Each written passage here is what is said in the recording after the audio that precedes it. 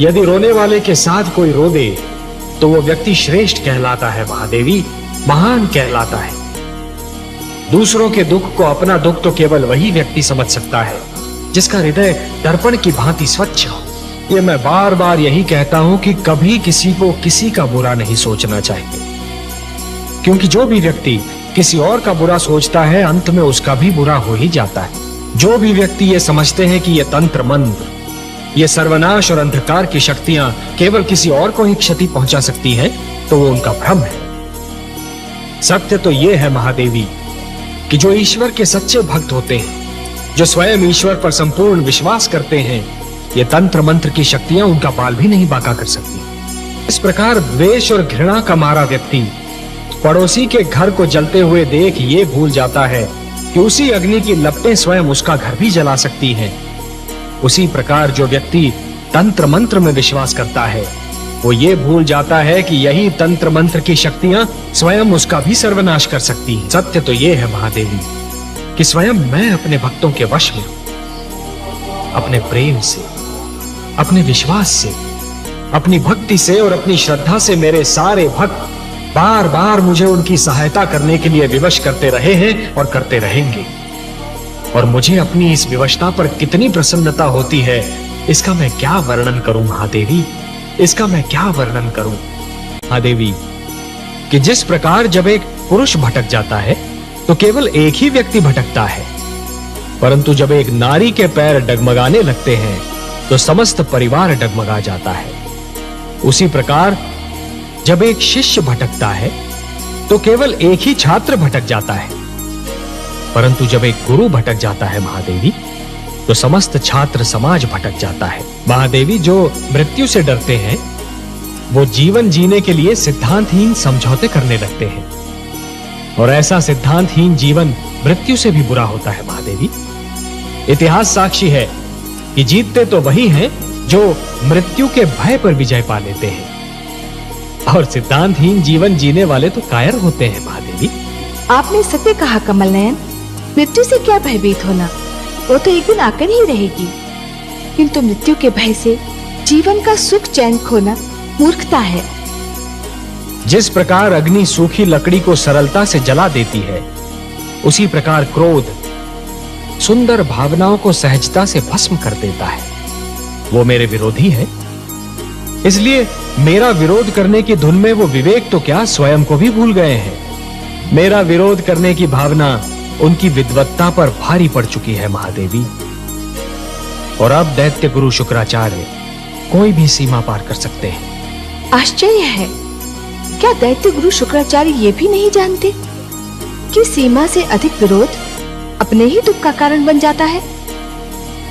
नहीं जानते महादेवी, दुर्भाग्य से वो इस सत्य को नहीं जानते, पर अतिशीघ्र जान जाएंगे।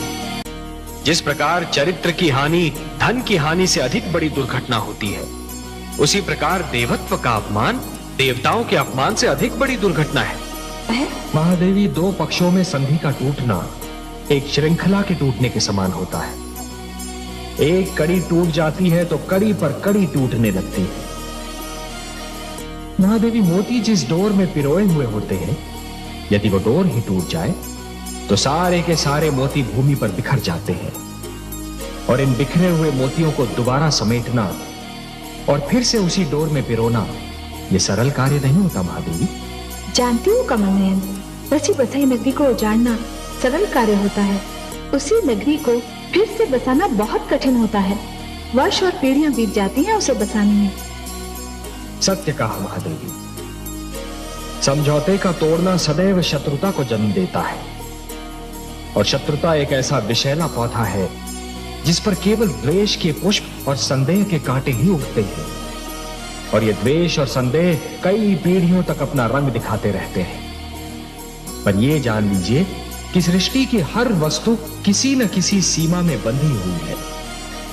इच्छा हो, ईर्ष्या हो, क्रोध हो, कोई भी भावना हो, उसकी अपनी सीमा होती है, और जब वो भावना अपनी ही सीमा को लांघकर परे चली जाती है तो स्वयं अपने लिए ही हानिकारक सिद्ध हो जाती है। ये प्रेम, ये स्नेह, और एक दूसरे का आदर करने की यह भावना ही मानव जाति को संस्कृति देगी, सभ्यता देगी, उसे उत्थान का मार्ग दिखाएगी। ये भावनाएं और इनको प्रदर्शित करने की शक्ति केवल मानव जाति को मिली है। यदि मानव ने इन भावनाओं की रक्षा की तो ये भावनाएं उसे जीवन की प्रेरणा देंगी, उन्नति की शक्ति देंगी, उसे शांति का मार्ग दिखाएंगी। और यदि मानव ने इन भावनाओं को त्याग दिया तो वो पशु और पिशाच के स्तर से भी नीचे जा गिरेगा। कि यदि चित्रकार के बनाए चित्र को कोई बिगाड़ दे तो क्या उसे तनिक भी चिंता नहीं होगी? यदि कोई चित्रकार अपना चित्र किसी को उपहार में दे दे तो उस चित्र को संभालना उपहार पाने वाले का कर्तव्य है। जो हो रहा है हो सकता है वो वही हो जो स्वयं विधाता ने लिखा हो। और अपना लिखा तो स्वयं विधाता भी नहीं मिटा सकते ना। हे महादेवी, हो सकता है कि यह मानव की परीक्षा हो, उसके कर्मों की परीक्षा हो। तो आप क्या चाहती थी कि हम केवल दिन बनाते और रात्रि न बनाते? फिर मानव को अंधेरे उजाले का अंतर कैसे जान पड़ता? विष न होता तो अमृत की महत्ता कैसे जानी जाती? पुष्प के साथ कांटे न होते तो पुष्प के सौंदर्य को कौन जान सकता?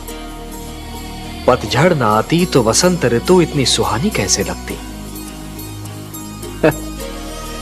हमने मानव को बनाया है देवी।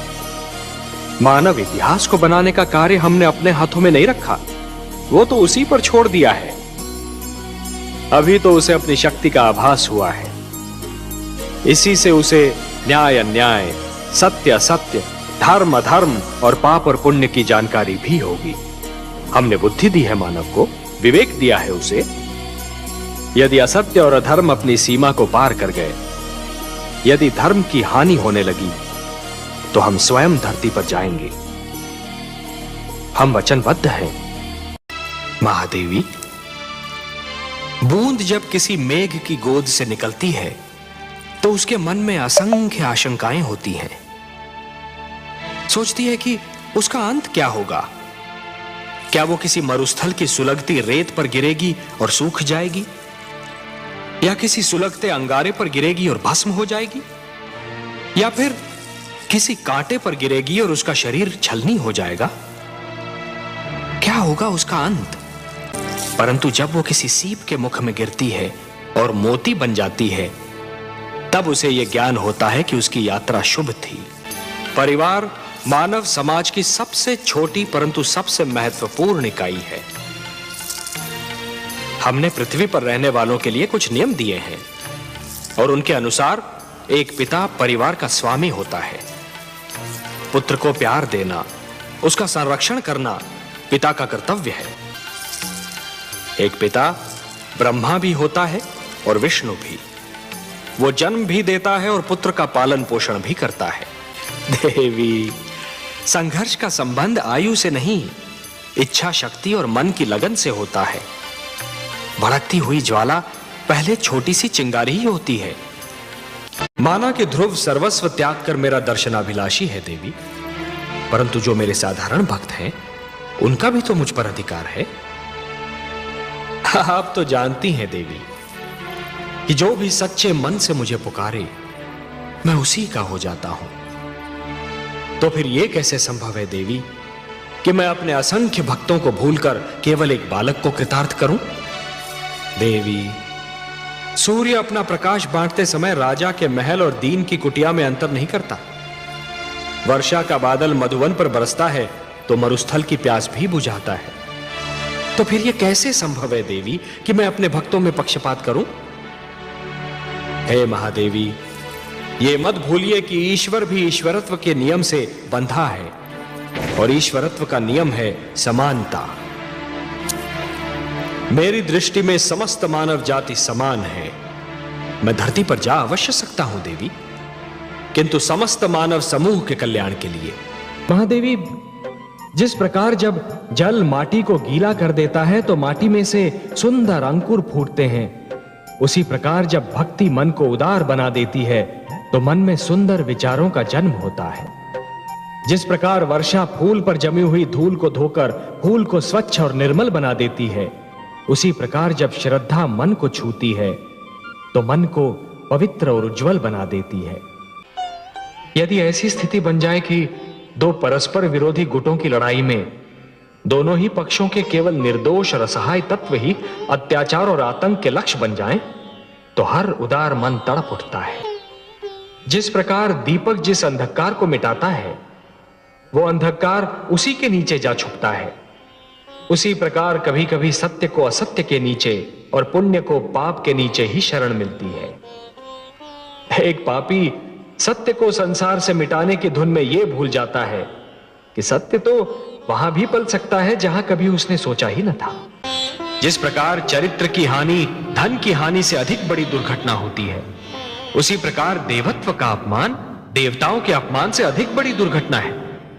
महादेवी, दो पक्षों में संधि का टूटना एक श्रृंखला के टूटने के समान होता है। एक कड़ी टूट जाती है तो कड़ी पर कड़ी टूटने लगती है।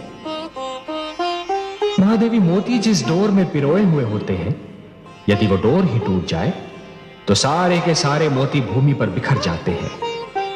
और इन बिखरे हुए मोतियों को दोबारा समेटना और फिर से उसी डोर में पिरोना यह सरल कार्य नहीं होता महादेवी। जानती हूँ कमल नयन, बसी बसाई नगरी को उजाड़ना सरल कार्य होता है, उसी नगरी को फिर से बसाना बहुत कठिन होता है। वर्ष और पीढ़ियां बीत जाती हैं उसे बसाने में। सत्य कहा महादेवी। समझौते का तोड़ना सदैव शत्रुता को जन्म देता है, और शत्रुता एक ऐसा विषैला पौधा है जिस पर केवल द्वेष के पुष्प और संदेह के कांटे ही उगते हैं। और ये द्वेष और संदेह कई पीढ़ियों तक अपना रंग दिखाते रहते हैं। पर यह जान लीजिए कि सृष्टि की हर वस्तु किसी न किसी सीमा में बंधी हुई है। इच्छा हो, ईर्ष्या हो, क्रोध हो, कोई भी भावना हो, उसकी अपनी सीमा होती है। और जब वो भावना अपनी ही सीमा को लांघकर परे चली जाती है, तो स्वयं अपने लिए ही हानिकारक सिद्ध हो जाती है।